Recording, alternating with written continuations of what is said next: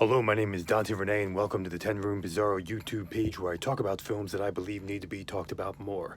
Like tonight's film, this is The Sensuous Fly Girls from 1976, directed by Sean Costello and Konstantin Zuba. This is part of the Vinegar Syndrome Peakorama Big 2-unit show, and with Schoolgirl Reunion, but we are looking at The Sensuous Fly Girls. It says on the poster, all erotic powerhouse sensual youth on a rampage. There's some of the art right there, if you can see some of it, with the steward girls all over the plane treating it like a big penis. This is from 1976. The film is 75 minutes long, and let's get into it here. That one, The Sensuous Fly Girls. Now, this one, actually, as I'm moving around here, sorry, this one actually has some faces I've never seen before. The guys I've seen, a couple guys I've seen before in here, the lead guys, but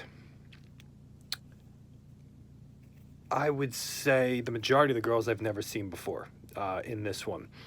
And this one is really, really interesting because it has such a great vibe. And it's a vibe that I wasn't expecting at all. It was a vibe that was definitely enhanced by the soundtrack. The soundtrack included the Tubular Bells song from The Exorcist, and it sounded like the more full version of the song with like psychedelic rock and really sick, funky, groovy porno type music in the film. But then also, later on in the film, you get the Doors' LA Woman. I mean, like, what the freak? Like, you're just like, where did this come from? Where did this music come from? But wall-to-wall music, pretty much. But then we also have a lot of dialogue in the film as well. This is a film, that's obviously, it's a hardcore film and filled with sex scenes. But there's a lot of dialogue and that's like, to me, it was like really, really believable in a late night kind of way. And the premise is so like, it just wasn't what I was expecting. I thought I was expecting like a typical, sexploitation stewardess film. Not at all. There's a chance for a woman to be the first woman in space. And there's some really crazy themes in here, one of which I guess ties into some of the surprising sexual activity in this film, but the idea of not wanting astronauts who are going to be away for a long period of time to turn gay. So they need to get some girls in the mix as well so that we can represent our country well enough that the astronauts are not, all going to turn gay. So that was a really crazy piece of storyline and pretty humorous and just wild. Now, there's some interesting things in here. We have a girl that has hairy armpits in here, which can satisfy some of the people who like the hairy girls. But obviously, this decade, we're going to have hair everywhere most of the time, but not typically armpits or legs. This particular girl does have armpits and legs, but let's go a little bit further here. Early on in the film you'll be watching, and then all of a sudden later on in the film you'll be watching and you're saying, wait a minute, what's something interesting is going on here. For a kind of straight X-rated film appealing to heterosexual men, seemingly, we have a couple scenes in here that break that boundary, break that mold. I mean, without actually, I don't want to give away too much, but without actually guys having sex with each other, you'll get some sucker punches in here with deviating out of the typical straight hardcore film.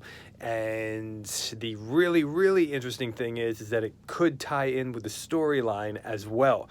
So that was a pretty brave move. I mean, if anybody has any thoughts on this, I mean, are X-rated films more streamlined today, or were they more streamlined back in the day? Meaning, oh, this is a, this is an X-rated film. This is an adult film. Just it's straight, and then this one is gay. You know, I feel like today it's more streamlined, but in the 70s and the 80s and the golden age, you never knew what the hell you were gonna get. I mean, typically if it was a straight X-rated film, okay, you're getting a straight X-rated film, but out of nowhere, something could break that mold, and this is one of those films. And I always kind of wonder, like, what, you know, okay, we got the Sensuous Fly Girls. Obviously, this is like a straight X-rated film, and so like I always wondered like what the audience was like at the adult theaters, if it was like all these guys and all of a sudden certain things were happening in the movie. I just thought it was like really, really brave the way the sucker punches of the golden age films were, and how they marketed them. And so let me know.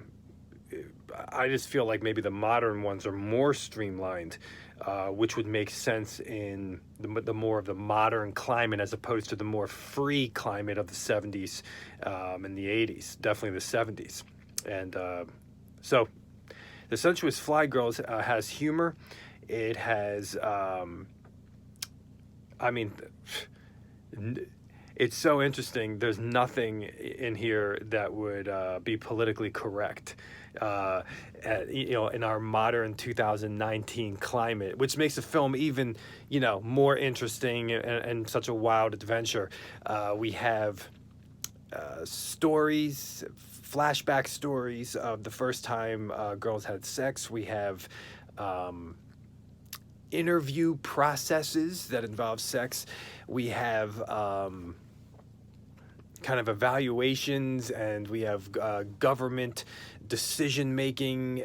We have outer space. We have airlines, airport stock footage, I believe. And when we look at, you know, Sean Costello is a pretty damn well-known adult film director. The sex scenes in here are very, very, I think, intense and very sexually intense. Lots of fellatio in here, lots of blowjobs in here, and very kind of fierce and intense and powerful in the way that they're done, and very, very hot in the way that they're done. We do have an orgy sequence in here. We have lesbian stuff in here. Lots of just sweaty, low budget, dirty feeling sex scenes in here that are, I thought, really wild, unexpected, and pretty damn hot. And so there's this one girl in here that was my favorite, that was the one with the shorter, curlier hair, who has a scene in a horse stable with this guy that she's with, and she's actually playing a 15-year-old girl, which is something that doesn't happen today at all anymore. Obviously she was of age, but playing people that weren't of age is not something that happens in our modern X-rated films. But she was my favorite. Never saw her before, I don't believe, but she was playing definitely the schoolgirl vibe and definitely looked the part, and she was just definitely my favorite. Great dialogue in here. I thought great acting in here as well, and it moves really fast, and there's a twist that happens at the end. And just great stuff with gender issues in here as well, and just in ways that you, it's just refreshing. You won't see them in modern movies, so it just brings the value of the film like way up, you know, as a time capsule, and entertainment value, and hot value depending, and just, you know, I've said this before, X-rated films are the ultimate in not listening to taboos, mores, what you should say, what you should do, what you what kind of content is acceptable. X-rated films just break all of that. X-rated films are never politically correct. They break all of them. Horror would be very damn close, but there's all different types of horror, sophisticated and more elegant and more reputable or redeemable. But in the X-rated genre, man, it's all against the grain, and there are no rules. Thank you so much for watching the 10 Room Bizarro YouTube page, where I talk about films that I believe need to be talked about more, like Sensuous Fly Girls. Thank you so much, and please feel free to follow me at my Vimeo site, www.vimeo.com/poopydiarrhea, POOPYDIARRHEA, and follow me there to see my own personally made movies and music. Thank you so much, and good night.